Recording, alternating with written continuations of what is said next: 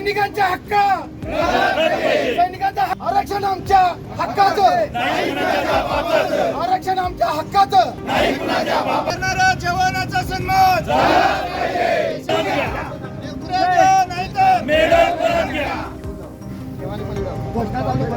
नोकऱ्या द्या नाहीतर मेडल परत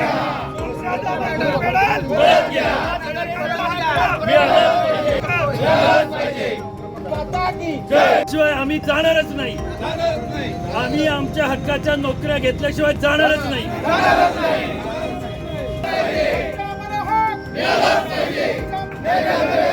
नोकऱ्या द्या, नोकऱ्या द्या.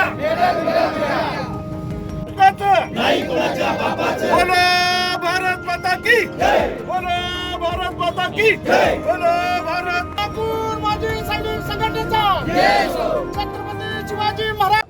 मी कोल्हापूर जिल्हा अध्यक्ष समीर खानोलकर. आज आम्ही आमच्या सैनिक हक्कासाठी, सैनिकांच्या न्यायासाठी आणि सैनिकांच्या हितासाठी हे आंदोलन केलेलं आहे.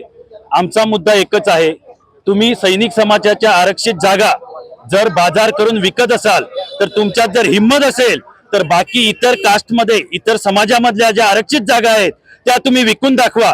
त्यांची एकतरी जागा तुम्ही दुसऱ्याला देऊन दाखवा. तुम्हाला फक्त बाकी समाजाच्या आरक्षित जागा दिसत नाही आणि फक्त सैनिक समाजाच्याच आरक्षित जागा का दिसत आहेत? आमच्या ज्या हक्काच्या जागा आहेत, ज्या 15% प्रत्येक विभागामध्ये आहेत, तर आमच्या त्या हक्काच्या जागा, आमच्या हक्काचं आरक्षण आम्हालाच द्या. जर तुम्ही कोणत्याही परिस्थितीमध्ये सैनिकाला अपात्र करत असाल तर सैनिकाच्या पाल्याला ते आरक्षण द्या, पण आमचं आरक्षण सिव्हिल समाजाला दिलं जाणार नाही आणि आम्ही ते देऊ देणार नाही.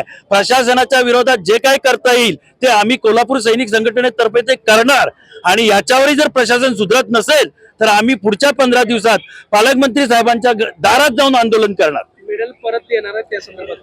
आणि आमच्या जर हक्काच्या आरक्षणावरती यांनी योग्य तो निर्णय नाही दिला तर आमच्या सैनिकांना सर्व्हिसच्या दौरान जेवढे शौर्य मेडल मिळालेले आहेत ते आम्ही या प्रशासनाला परत करणार.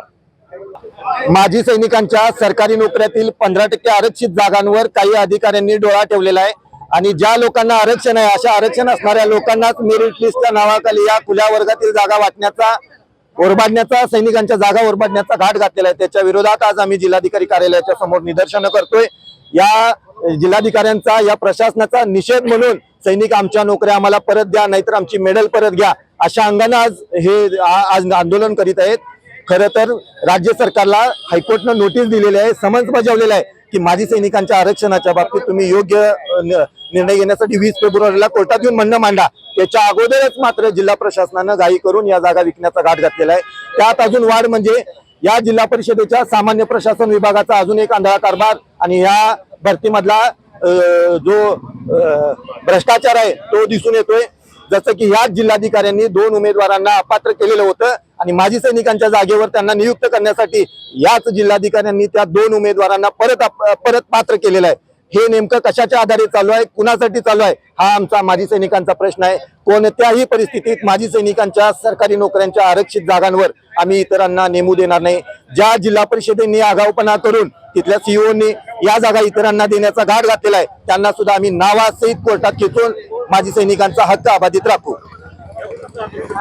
आज हे प्राथमिक टप्प्यावरचं आंदोलन आम्ही जिल्हाधिकारी कार्यालयासमोर करतोय. यावर सुद्धा जर आठवड्याभरात जर आम्हाला दिसलं की बाबा अजून परत हे भरतीच्या बाबत पुढे चाललेले आहेत तर आम्ही पालकमंत्र्यांच्या दारात जाऊन आंदोलन करू.